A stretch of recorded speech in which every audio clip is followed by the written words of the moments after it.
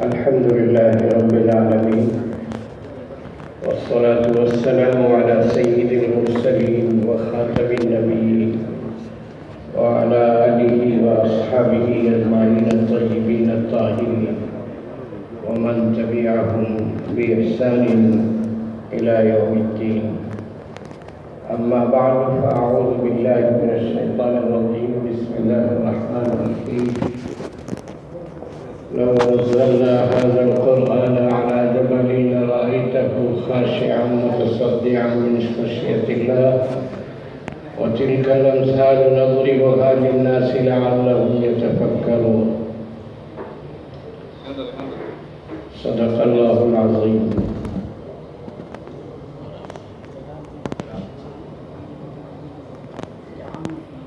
وإنما أوتيت وحيا أوحى الله إلي فأرجو أن أكون أكثرهم تابعا يوم القيامة، أو كما قال صلى الله عليه وسلم. اللہ کے نام سے جو بڑا مہربان نہایت رحم والا ہے، سرکار دو عالم صلی اللہ علیہ وسلم کے دربار عالی میں ہدیہ درود و سلام. اس مبارک مجلس میں ملک کے مختلف جید اور بافیض علماء و قراء تشریف رکھتے ہیں. جامع مسجد ٹرسٹ کے صدر سیکرٹری صاحب، نائب اور معاون سیکرٹری صاحبان، نیز موکل ارکان، جلوہ فروز، جامع مسجد کے امام محترم مولانا مقصود عمران رشادی دامت برکاتہ، اس مجلس میں مسلسل جان ڈال رہے ہیں. کتنے ہی ہماری دیر شہر بزرگان محترم ذوق و شوق سے اس مبارک مجلس میں حصہ لے رہے ہیں. میں نہایت ہی شکر ادا کرتا ہوں اللہ تبارک و تعالیٰ کا کہ اس نے آج کی اس مبارک مجلس میں شریک ہونے کی توفیق عطا فرمائی. ذمہ داران جامع مسجد ٹرسٹ کا ممنون ہوں کہ انہوں نے حسب معمول حسب سابق مجھ طالبین کو یاد فرمایا اور اس کا اعزاز و اکرام فرمایا اور اپنے لیے جو سعادت حاصل کر سکتا تھا اس سعادت کے حصول میں یہ حضرات ممد و معاون بنے. میں ان سب حضرات کا قلب کی گہرائیوں سے شکریہ ادا کرتا ہوں. بزرگان محترم، قیادت ہوئی، نعت ہوئی، استقبالیہ ہوا اور آئے ہوئے معزز مہمانوں کا اعزاز و اکرام ہوا اور مجھ سے یہ فرمایا گیا ہے کہ میں بھی چند باتیں آپ کی خدمت میں عرض کروں. بزرگان محترم، قرآن مجید کی مناسبت سے یہ مجلس منعقد ہوئی ہے. آج کی اس رات کا نام شب فرقان عظیم ہے اور یہاں حضرات قرآن قرات پڑھیں گے اور اللہ نے انہیں جو کمالات دیے ہیں ان کا اظہار کریں گے اور ہم سب قرات قرآن سے مستفیض ہوں گے، مستنیر ہوں گے، اس کا نور ہم حاصل کریں گے.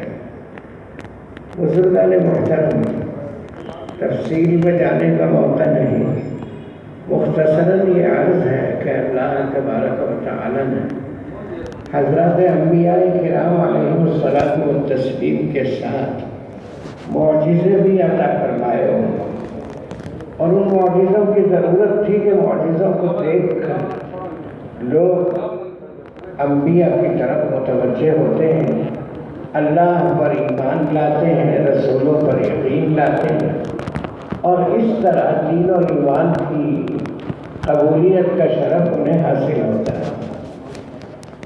یہ معجزے جتنے بھی حضرات انبیاء کو دیے گئے وہ سب کے سب ان کی ذات گرامی سے متعلق ہوتے تھے، اور جب وہ اس دنیا سے رخصت ہوتے تھے تو وہ معجزے بھی رخصت ہو جاتے تھے، باقی نہیں رہتے تھے۔ تمام معجزوں کا سلسلہ ایسا ہی تھا۔ رسول اللہ صلی اللہ علیہ وسلم کو بھی ایسے بہت سے ظاہری معجزے عطا فرمائے گئے جو آپ کی ذات گرامی سے متعلق تھے، اور جب آپ نے اس دنیا سے پردہ فرمایا تو وہ معجزے بھی آپ کے ساتھ پردے میں چلے گئے۔ لیکن رسول اللہ کی نبوت عارضی نہیں تھی، رسول اللہ کی رسالت وقتی نہیں تھی، رسول اللہ صلی اللہ علیہ وسلم کی بعثت کسی خاص علاقے تک محدود نہیں تھی۔ آپ کی نبوت اور رسالت تو عالمی تھی، آفاقی تھی، دائمی تھی، سرمدی تھی۔ ہمیشہ ہمیشہ کے لیے رسول اللہ صلی اللہ علیہ وسلم کو پیغمبر بنا کر بھیجا گیا تھا۔ آپ کے بعد کسی اور نبی کے آنے کا، مبعوث ہونے کا کوئی امکان بھی نہیں تھا، کوئی ضرورت بھی نہیں تھی۔ رسول اللہ صلی اللہ علیہ وسلم خاتم النبیین ہیں، آپ کے بعد کسی نبی کا کوئی امکان نہیں۔ تو حضور احمد صلی اللہ علیہ وسلم کی بعثت آفاقی تھی، عالمی تھی، دوامی تھی، سرمدی تھی۔ ہمیشہ ہمیشہ کے لیے رسول اللہ کو صلی اللہ علیہ وسلم نبی اور پیغمبر اور رسول بنا کر بھیجا گیا۔ معجزے نبوت کی تائید میں پیش کیے جاتے ہیں، نبوت کو قوت پہنچانے کے لیے پیش کیے جاتے ہیں، لیکن اگر پیغمبر پردہ فرما جائے اور وہ معجزے بھی چلے جائیں ساتھ ہی، تو پھر ان پیغمبروں کی نبوت کے لیے کوئی دلیل، کوئی حجت، کوئی برہان باقی نہیں رہتا۔ اس لیے پھر دوسرے پیغمبر کو بھیجا جاتا، پھر تیسرے پیغمبر کو بھیجا جاتا، ان کے ساتھ پھر معجزے کا سلسلہ رہتا۔ رسول اللہ صلی اللہ علیہ وسلم کو بھی ایسے بہت سے معجزے عطا فرمائے گئے، لیکن ایک معجزہ سرکار دو عالم صلی اللہ علیہ وسلم کو ایسا دیا گیا اور ایسا معجزہ عطا فرمایا گیا جو لازوال تھا، بے مثال تھا، اس لیے کہ اللہ کا کلام لازوال، یہ خدا کی عظیم الشان صفت ہے، صفت عظیم ہے، صفت قدیم ہے۔ اللہ کی نہ ذات کو فنا ہے نہ صفات کو زوال ہے۔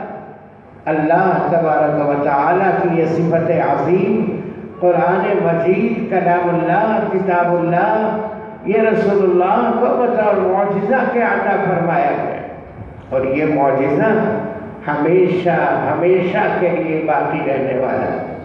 رسول اللہ صلی اللہ علیہ وسلم غربت خضرا میں آرام فرمائے، اللہ نے آپ کو رفیق اعلیٰ پر بلا لیا اور فرما لیا کہ پیغمبر کافی ہے۔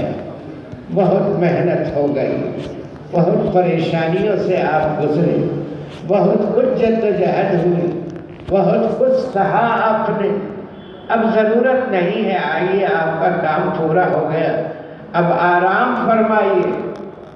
لیکن آپ کی نبوت باقی رہے گی، آپ کی رسالت قائم رہے گی، آپ کی بعثت قائم رہے گی، اور ہمیشہ ہمیشہ کے لیے قائم رہے گی، اس لیے کہ آپ کو ہم نے ایک ایسا معجزہ دیا ہے جو آپ کے بعد بھی تابندہ رہے گا، درخشاں رہے گا، پر نور رہے گا، اور ہر ایک کے سامنے اپنا وجود ثابت کر کے رہے گا، اور اس کے ذریعے سے یہ دین اپنے آپ کو منوا کر رہے گا۔ اس دین کو بھی فنا نہیں ہے، زوال نہیں ہے، اس دین کو مغلوبیت کبھی اپنا شکار نہیں بنا سکتی۔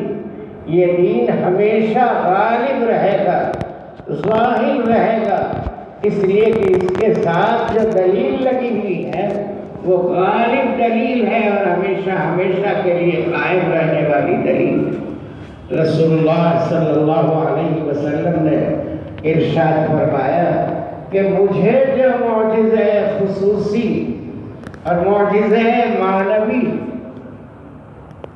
عطا فرمایا گیا وہ ایسا معجزہ ہے کہ اللہ کی وحی ہے مجھے عطا فرمائی گئی۔ وَإِنَّمَا أُوتِيتُ وَحْيًا أَوْحَى اللَّهُ إِلَيَّ، مجھے جو معجزہ خصوصی عطا فرمایا گیا ہے وہ اللہ کی وحی ہے جو اللہ نے مجھ پر اتاری ہے، نازل فرمائی ہے۔ جبریل امین نے حاضری دی تھی اور غار حرا کی تنہائیوں میں وحی کا یہ سلسلہ شروع ہوا تھا، اور 23 سالہ دور نبوت میں مسلسل اللہ کا کلام آپ پر اترتا رہا، نازل ہوتا رہا، آپ اس کی سماعت فرماتے رہے، اس کا تحمل فرماتے رہے، اس کو اپنے سینے میں اتارتے رہے، محفوظ فرماتے رہے، پھر اس کی تلاوت فرماتے رہے، لوگوں کو سناتے رہے، سمجھاتے رہے، معانی اور مطالب بیان کرتے رہے، اللہ کی مراد اس آیت سے کیا ہے اس کا اظہار فرماتے رہے۔ رسول اللہ صلی اللہ علیہ وسلم کے بارے میں اللہ نے فرمایا وَأَنزَلْنَا إِلَيْكَ الذِّكْرَ لِتُبَيِّنَ لِلنَّاسِ مَا نُزِّلَ إِلَيْهِمْ، پیغمبر ہم نے آپ پر قرآن مجید کو اس لیے نازل فرمایا تاکہ آپ نازل کی ہوئی ان آیتوں کی وضاحت فرمائیں، مطلب سمجھائیں، مراد الہی تک لوگوں کو پہنچائیں، آپ کے بتائے بغیر، آپ کے سمجھائے بغیر، آپ کی تشریح و توضیح کے بغیر، آپ کی تفسیر کے بغیر لوگ اللہ کے کلام کا صحیح مفہوم سمجھنے میں کامیاب نہیں ہو سکتے۔ اس لیے آپ پر ہم نے اتارا قرآن، اور پہلی ہی بار ہم نے آپ کو تسلی دی تھی کہ پیغمبر اطمینان سے ہماری اتاری ہوئی وحی کو سنیں، آپ سماعت فرمائیں، آپ جلدی دہرانے کی زحمت نہ کریں، آپ اپنی زبان مبارک کو تیزی سے حرکت دینے کی پریشانی میں مبتلا نہ ہو۔ آپ ہم ذمہ لیتے ہیں اس کا کہ آپ کے سینے میں اسے محفوظ بھی کر دیں گے، اور آپ تنہائی میں اسے پڑھ بھی سکیں گے، اور مجمع عام میں بھی اس کی تلاوت فرما سکیں گے، اور پھر اس کے معانی اور مطالب اور مفاہیم اور احکام اور قوانین اور ضوابط، حقائق و دقائق اور معارف و مسائل سب کو کھول کر آپ بیان بھی فرما سکیں گے۔ یہ بھی ہماری ذمہ داری ہے۔ لا تحرک به لسانک لتعجل به ان علینا جمعہ وقرآنا فإذا قرأناه فاتبع قرآنا ثم ان علینا بیان، ان کے معانی اور مطالب کو بیان کروانے کی ذمہ داری بھی ہم لیتے ہیں۔ پیغمبر آپ کو پریشانی کی ضرورت نہیں، یہ ساری تفصیلات، توضیحات، تشریحات اور یہ ساری تفصیل وہ آپ اپنی طرف سے نہیں بیان کریں گے، وہ بھی ہماری طرف سے آپ کے قلب مبارک پر القاء ہو۔ جیسے قرآن مجید کی آیتیں اتر رہی ہیں، اسی طرح آیتوں کے معانی اور مطالب بھی ہم آپ کے قلب پر القاء کریں گے، اور وہ ذمہ بھی ہم لیتے ہیں۔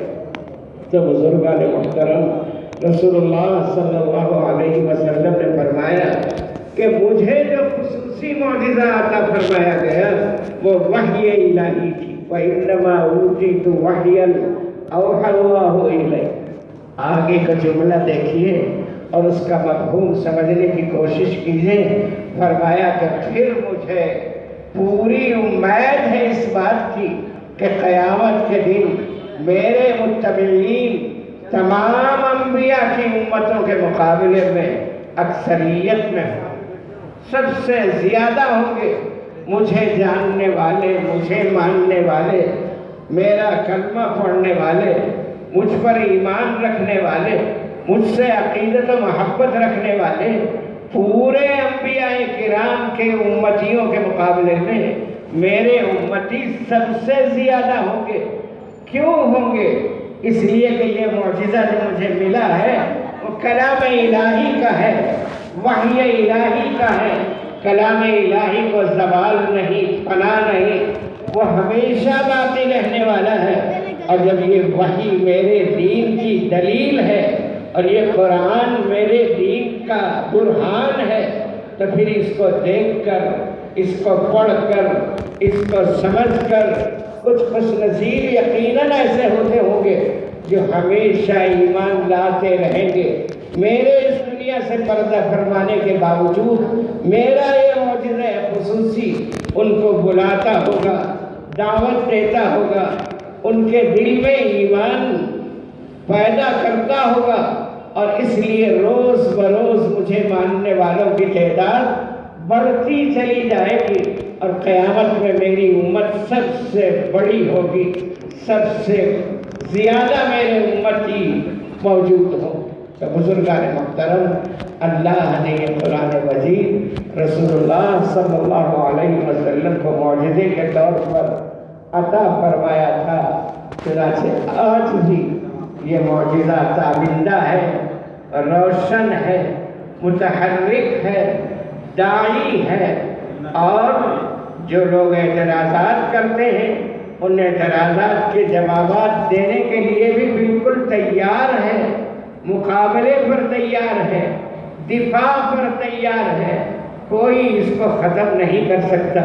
اس لیے یہ دین بڑھتا جا رہا ہے، ترقی کرتا جا رہا ہے۔ شب فرقان عظیم جو یہاں منائی جا رہی ہے یہ بھی اسی سلسلے کی ایک کڑی ہے کہ قرآن مجید کی تشہیر ہو اور اس کی ترویج و اشاعت ہو، اور لوگوں میں قرآن مجید سے تعلق مضبوط ہو، مستحکم ہو، اور اس کی حقیقی عظمتیں لوگوں کے سامنے لائی جائیں، بتایا جائے، اور جو حاملین قرآن ہیں اور جو قاریان قرآن ہیں اور حافظان قرآن ہیں، عالمان قرآن ہیں، صاحبان قرآن ہیں، ان کی تعظیم و تکریم کر کے، ان کا اعزاز و اکرام کر کے، ان سے اللہ کا کلام سن کر ان کی تعظیم کی جائے، اور اس طرح قرآن مجید کی عظمتوں کو دوبارہ سوارا کرنے کی کوشش جاری رہے۔ میں جامع مسجد ٹرسٹ کے تمام ذمہ داروں کو مبارکباد دیتا ہوں کہ انہوں نے یہ جو سلسلہ جاری کیا اور 27ویں شب میں رجب کی یہ مجلس منعقد کرتے ہیں، تو یہ بہت مبارکباد کے مستحق ہیں، اور اللہ تبارک و تعالی ان کی محنتوں کو، کوششوں کو قبول فرمائے اور قرآن مجید کی عظمت میں مزید اضافہ ہوتا چلا جائے۔ میں اس موقع پر انہی چند باتوں پر اپنی اس مختصر سی گفتگو کو اختتام تک پہنچانا چاہتا ہوں۔ اللہ تبارک و تعالیٰ کی حمد و ثنا اور شکر کرتا ہوں، رسول اللہ صلی اللہ علیہ وسلم کے دربار عالی میں ہدیہ درود و سلام پیش کرنے کی دوبارہ سعادت پاتا ہوں۔ آپ حضرات کا بھی ممنون ہوں کہ میری اس سما خراشی کو آپ نے برداشت فرمایا۔ ذمہ داران مسجد کا پھر ایک بار شکریہ ادا کرتے ہوئے اجازت چاہتا ہوں۔ وآخر دعوانا الحمدللہ۔